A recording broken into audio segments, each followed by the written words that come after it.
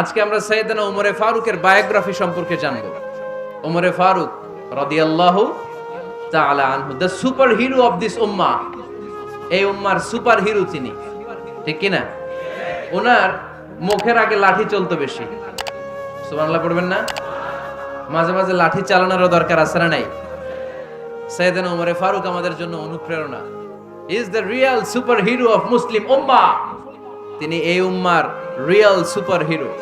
এজন্য ওনার জীবনী থেকে আমরা কিছু শিক্ষা নেওয়ার চেষ্টা করব ইনশাআল্লাহ। পড়েন সাইয়েদনা ওমরে ফারুক কিভাবে ইসলাম ধর্ম গ্রহণ করলেন, কিভাবে বিশ্বনবীর প্রাণের কলিজার টুকরা হলেন, এটা দিয়ে আমরা শুরু করি। আল্লাহ তাআলা সাইয়েদনা ওমরে ফারুকের হৃদয়ের মধ্যে 3টা ধাক্কা মেরেছেন, ঈমানের ধাক্কা। আওয়াজ করে বলতে হবে কয়টা? জোরে বলেন তো কয়টা? 3টা ঈমানি ধাক্কা। এক হচ্ছে বিশ্বনবীর দোয়ার ধাক্কা। এক কি? দোয়ার ধাক্কা। 2 হচ্ছে সূরা হাক্কা দিয়ে দিয়েছেন আল্লাহ এক ধাক্কা। সুবহানাল্লাহ পড়বেন না? 3 হচ্ছে সূরাতু তাহা দিয়ে আল্লাহ দিয়েছেন আরেকটা ধাক্কা। এই 3টা ঈমানি ধাক্কা যখন সাইয়েদনা ওমর ফারুকের হৃদয়ে লাগলো, উনি পড়তে আরম্ভ করেছেন আশহাদু আল্লা ইলাহা ইল্লাল্লাহ ওয়া আশহাদু আন্না মুহাম্মাদান আবদুহু ওয়া রাসূলুহু। চিল্লায়ে পড়েন আল্লাহু আকবার। বিশ্বনবী মক্কায় বসে বসে তাহাজ্জুদের সালাত পড়ে আল্লাহর কাছে দোয়া করলেন, আল্লাহুম্মা আইজ্জাল ইসলাম বিআহাব্বির রাজুলাইনি ইলাইক। ও আল্লাহ, 2 জন লোকের নাম বলবো, 2 জনের দরকার নেই। এই 2 জনের একজনকে আপনি ইসলামের সুশীতল ছায়া তলে এনে ইসলামকে বিজয় দান করে দেন। মুহূর্তের মধ্যে দোয়াটা কবুল করে নিয়েছে কে? বিশ্বনবী বললেন, আল্লাহ 2 জনের নাম বলবো আজকের দোয়ায়। আবি জাহাল ইবনে হিশাম, হয়তো হিশামের বেটা আবু জাহেলকে আপনি ইসলামের ভিতরে নিয়ে আসেন, কিংবা ওমর ইবনুল খাত্তাব, খাত্তাবের বেটা ওমরকে আপনি ইসলামের ছায়া তলে নিয়ে আসেন। ওমরে ফারুকের জন্য দোয়াটা কবুল করে নিয়েছে কে? মক্কার যে অবস্থা, আল্লাহর হাবিব সাল্লাল্লাহু আলাইহি ওয়াসাল্লাম বুঝলেন মক্কার এই 2 জনের একজন যদি আমার সাথে না থাকে তাহলে মক্কায় দাওয়াতি কাজ চালিয়ে যাওয়া যাবে। আল্লাহরে বললেন, আল্লাহ বেশি চাই না, এই 2 জনের একজন, হয় আবু জাহেল নয় ওমর, হয় আবু জাহেল নয় ওমর। বিশ্বনবী যখন দোয়া করলেন, এই দোয়ার একটা ঈমানি ধাক্কা, নূরানি ধাক্কা সাইয়েদনা ওমরে ফারুকের হৃদয়কে স্পর্শ করে ফেলল। দোয়া ইজ লাইক এ মিসাইল। এই যে আমরা দোয়া করি, এটা মিসাইলের মতো। যুদ্ধে মিসাইল হামলা করে না? মিসাইল হামলা করার পরে এই মিসাইল লক্ষ্য বস্তুতে যে ভেদ করে, ঠিক কি না? তেমনি দোয়ার মতো যদি আপনি দোয়া করতে পারেন, আপনি যেই জন্য দোয়া করেছেন ঠিক ওই জায়গায় যে আপনার দোয়া স্পর্শ করে। সুবহানাল্লাহ পড়বেন না? বিশ্বনবীর দোয়ার মাধ্যমে প্রথমে সাইয়েদনা ওমর ফারুকের হৃদয়ে এক ধাক্কা লাগলো। 2 নম্বরে রব্বুল আলামিন সূরাতুল হাক্কা দিয়ে ওমর ফারুকের হৃদয়ের মধ্যে দিলেন এক ধাক্কা। পড়েন আল্লাহু আকবার। কোরআনের ভেতরে সূরাতুল হাক্কা নামে একটা সূরা আছে না নাই? আল হাক্কাতু মাল হাক্কা ওয়া মা আদরাকা মাল হাক্কা। পড়েন আল্লাহু আকবার। বিশ্বনবী যখন দোয়া করলেন, ওই দোয়া যখন সাইয়েদনা ওমরে ফারুকের হৃদয়ে স্পর্শ করলো, সাইয়েদনা ওমরে ফারুক সব সময় বিশ্বনবীরে ফলো করতে আরম্ভ করলেন। বিশ্বনবী ডানে গেলে লুকিয়ে লুকিয়ে ওমর ফারুক ডানে যায়, বিশ্বনবী বায়ে গেলে লুকিয়ে লুকিয়ে ওমরে ফারুক বায়ে যায়। বিশ্বনবী একবার মসজিদুল হারামে যে নামাজ পড়তে শুরু করলেন, ওমরে ফারুক তখন বিশ্বনবীর পিছু পিছু ছদ্মবেশে পেছন থেকে যে বিশ্বনবী কিভাবে নামাজ পড়ে দেখতে শুরু করলেন। বিশ্বনবী ইন দা মিন টাইম এশার নামাজে আল হাক্কাতু মাল হাক্কা তেলাওয়াত শুরু করে দিলেন। আল হাক্কাতু মাল হাক্কা তেলাওয়াত শুরু করে দিলেন। তেলাওয়াত করতে করতে বিশ্বনবী যখন তেলাওয়াত করতেছে, ওমরে ফারুক এরকম দুলতেছে আর মজা পাচ্ছে। ও মিয়া, বিশ্বনবীর কণ্ঠ বুঝি আমার মতো কণ্ঠ, আপনার মতো কণ্ঠ, আহমদ বিন ইউসুফের কণ্ঠ, আব্দুল বাসিতের কণ্ঠ না? বিশ্বনবীর গলায় যে কি সুরের ঝংকার আল্লাহ দিয়েছেন, কি সুরের লহরী আল্লাহ দিয়েছেন, একবার যে শুনতো পাগল হয়ে যেত। আল্লাহু আকবার। বিশ্বনবী সূরা হাক্কা মন্ত্রমুগ্ধ তেলাওয়াতে, মন্ত্রমুগ্ধ সুর দিয়ে, মন্ত্রমুগ্ধ কণ্ঠ দিয়ে তেলাওয়াত করতে লাগলেন। এশার সালাতে ওমরে ফারুক দুলতে লাগলেন। ওমরে ফারুক যত শুনেন অবাক হয়ে যায়, যত শুনেন অবাক হয়ে যায়, যতই শুনে অবাক। কিরে? কারণ তিনি আরবি ভাষা বুঝতেন। এত সুন্দর শব্দের গাঁথনি, এত প্রাঞ্জল বর্ণনা, এত সুন্দর অন্তমিল, এটা কবিতা না হয়ে পারে না। উনি মনে মনে ভাবলেন এটা মনে হয় কবিতা, it might be poem, it could be poem. মুহাম্মদ মনে হয় কবি হয়ে গেছে, তার কাব্য প্রতিভা দিয়ে সে এটা বানিয়েছে। তা না হলে এত সুন্দর কথা এটা কবিতা না হয়ে পারে। ইন দ্য মিন টাইম বিশ্বনবী কিন্তু দেখতেছে না যে পেছনে ওমর। বিশ্বনবী তেলাওয়াত করছিলেন, ইন দ্য মিন টাইম বিশ্বনবী পড়ছিলেন ওমা হুয়া বিকাউলি শাইরিন কলিলাম মা তুমিনুন।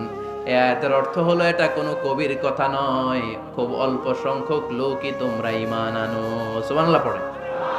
এটাকে বলে কোইন্সিডেন্ট। কোইন্সিডেন্ট হুট করে অনেক সময় মিলে যায়, যায় কি যায় না? আপনি একজনের কথা ভাবতেছেন বাজারে গেলেন, বাজারে যেই দেখেন ওই লোকটা দাঁড়ায় আছে, এরকম হয় কি হয় না? কোইন্সিডেন্ট। ওমরে ফারুক মনে মনে যেটা ভাবতেছে ওই কথা দিয়ে বিশ্বনবী তেলাওয়াত করতেছে, আল্লাহু আকবার। বিশ্বনবী যে আয়াত তেলাওয়াত করছিলেন, আয়াতের অর্থ হলো এটা কোনো কবির বানানো কবিতা না, খুব অল্প সংখ্যক লোকই তোমরা ঈমান আনো। ওমরে ফারুক আটকে উঠলেন, থমকে দাঁড়ালেন। ঘটনা কি? আমি মনে মনে ভাবলাম কি এত সুন্দর কথা, এটা তো মানুষের কথা হতে পারে না, এটা নিশ্চয়ই কবিতা, কবির কথা। কিন্তু মুহাম্মদ এখন আবার পড়তেছে ওমা হুয়া বিকাউলি শাইর, এটা কোনো শায়েরের কবির কথা নয়। কলিলাম মা তুমিনুন, অল্পই তোমরা ঈমান আনো। তার মানে আমার মনে যা চলে মুহাম্মদ এটা টের পায়। মুহাম্মদ গণক। নাউজুবিল্লাহ পড়বেন না? মুহাম্মদ অনেক বড় মাপের একজন গণক।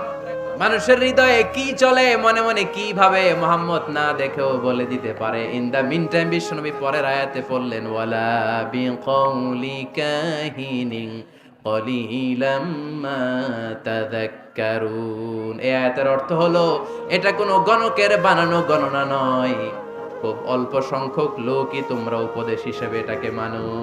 সুবহানাল্লাহ পড়েন। এবার আর ওমরে ফারুকের সহ্য হয় না, কি আজীব তামাশা। প্রথমে মনে করলাম কবিতা, মুহাম্মদ কয় কবি না, সে কবি না, এটা কবিতা না। তারপর ভাবলাম সে গণক, সে আয়াত পরে পরে বলে দিল এটা গণনা নয়, তাহলে এটা কি?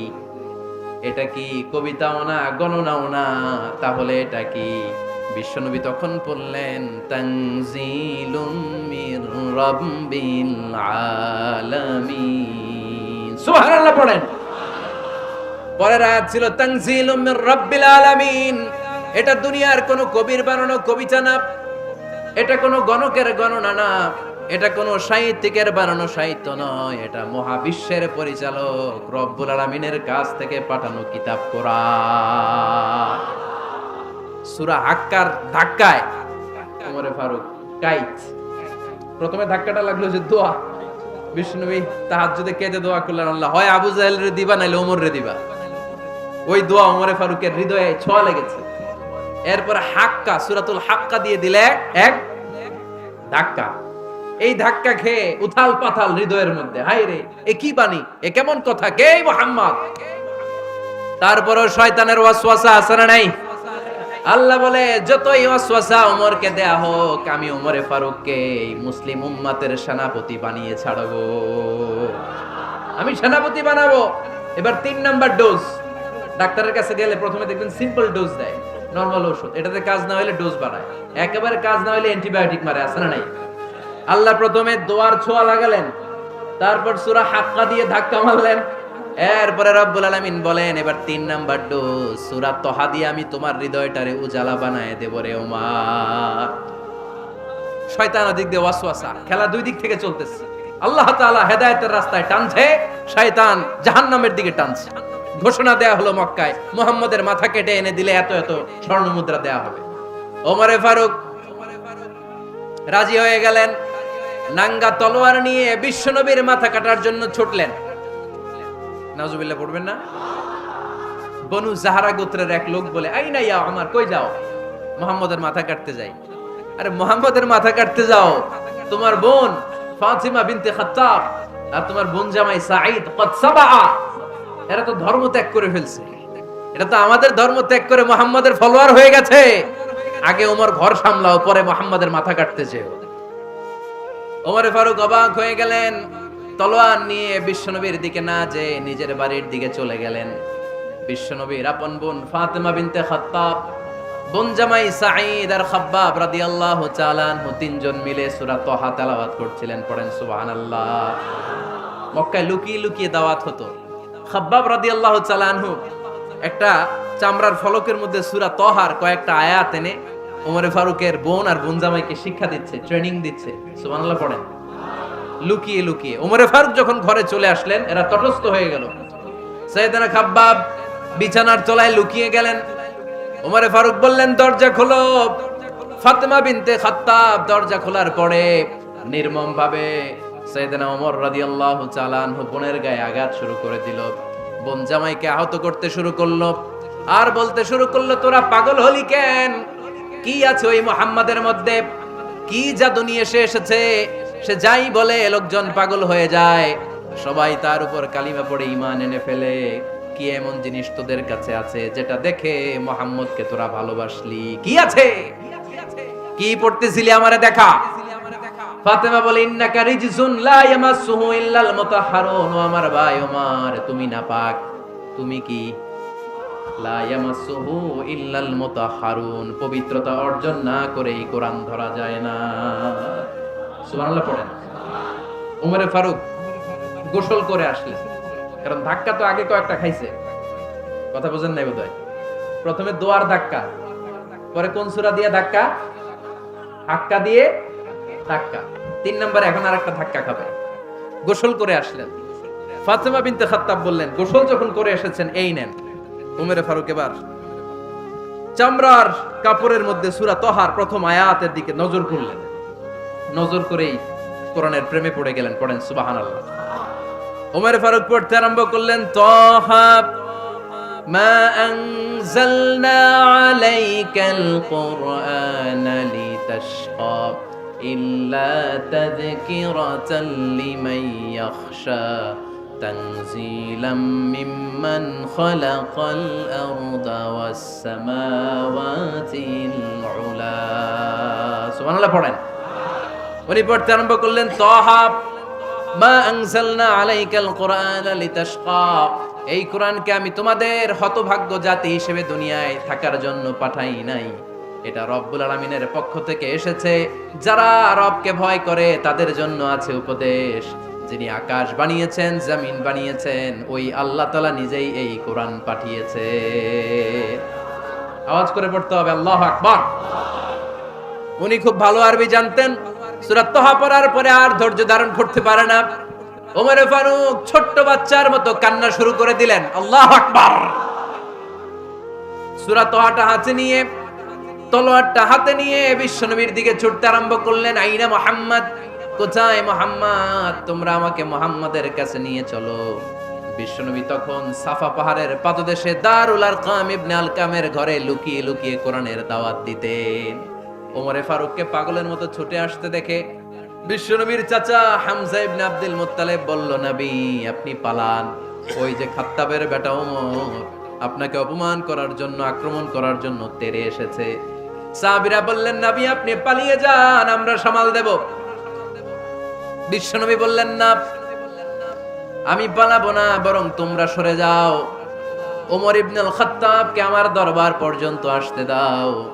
আমার তো মনে হচ্ছে ওই যে তাহাজ্জুদের নামাজ শেষে চোখের পানি ছেড়ে যে আমি আল্লাহর কাছে দোয়া করেছি, আজকে আমার ওই দোয়াটা কবুল হতে শুরু করেছে।